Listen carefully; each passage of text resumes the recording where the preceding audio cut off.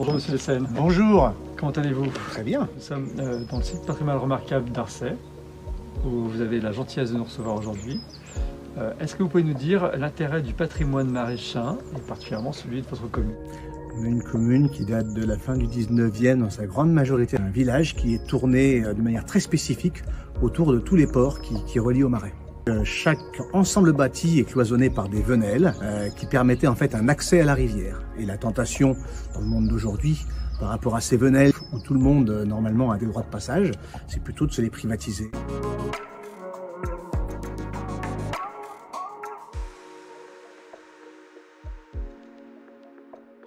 La mise en place d'un SPRV permet de conserver ce village qui respire, même si on ne conserve pas l'accès dans toutes les venelles, au moins elles ne sont pas fermées.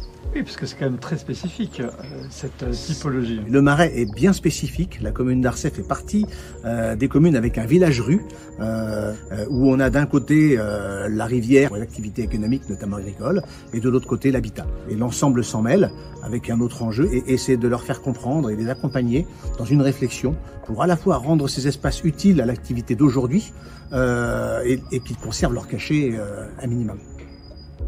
Et vous pensez que le site patrimoine remarquable, par ses règles, permet une meilleure préservation de votre commune? Alors, le SPR protège beaucoup de choses. Il n'empêche pas des grandes évolutions. J'avais de grosses craintes après le séisme du mois de juin, sur un paquet de maisons fissurées, lézardées, avec la peur de démonter le mur en pierre et de leur construire en partant.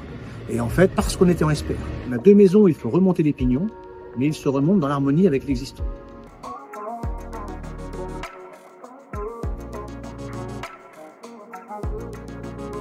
Dans la gestion de ce site patrimoine remarquable, comment est-ce que vous pourriez qualifier cette relation en fait entre une collectivité et un service de l'État? En fait, quand on parle d'instruction ABF, l'intérêt d'avoir des rencontres régulières sur le terrain, c'est effectivement de pouvoir échanger avec les pétitionnaires, de pouvoir les accompagner dans la réflexion. Et le patrimoine ne peut se préserver que si on arrive à faire comprendre pourquoi on veut protéger. Comment est-ce que les habitants en fait comprennent cette règle?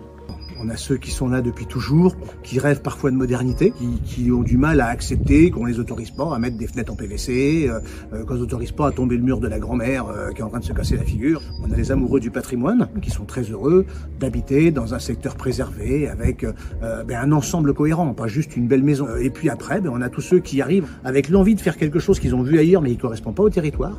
Donc, et les accompagner en fait dans la réflexion pour arriver à conserver une forme d'harmonie du bâti, sans plus oublier effectivement les attentes modernes. Et c'est là l'intérêt de l'échange d'ailleurs. Sans échange, je pense qu'on serait voué à l'échec.